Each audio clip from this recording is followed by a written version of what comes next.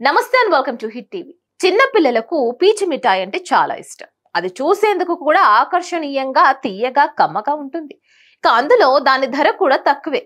అంతెందుకు, చిన్నపిల్లలకే కాదు పెద్దవారు కూడా పీచు మిఠాయిని ఇష్టంగా తింటారు.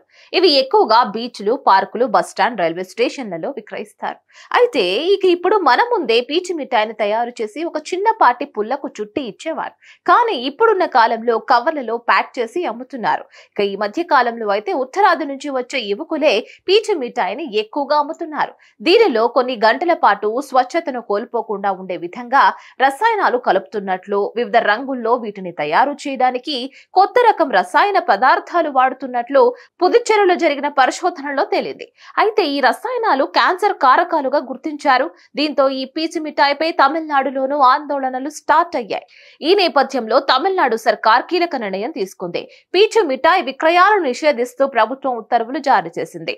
పీచు మిఠాయిలో క్యాన్సర్ కారక రసాయనాల వాడుతున్నారని, అందుకే ఈ నిర్ణయం తీసుకున్నట్లు రాష్ట్ర ఆరోగ్య కుటుంబ సంక్షేమ శాఖ మంత్రి ఎం సుబ్రమణియన్ తెలిపారు. ఎవరైనా ప్రభుత్వ ఉత్తర్వులకు వ్యతిరేకంగా పీచు మిఠాయి విక్రయాలు జరిపితే కఠిన చర్యలు తీసుకోవాలని అధికారులను ఆదేశించారు. మరిన్ని అప్డేట్స్ కోసం stay tune to hit TV.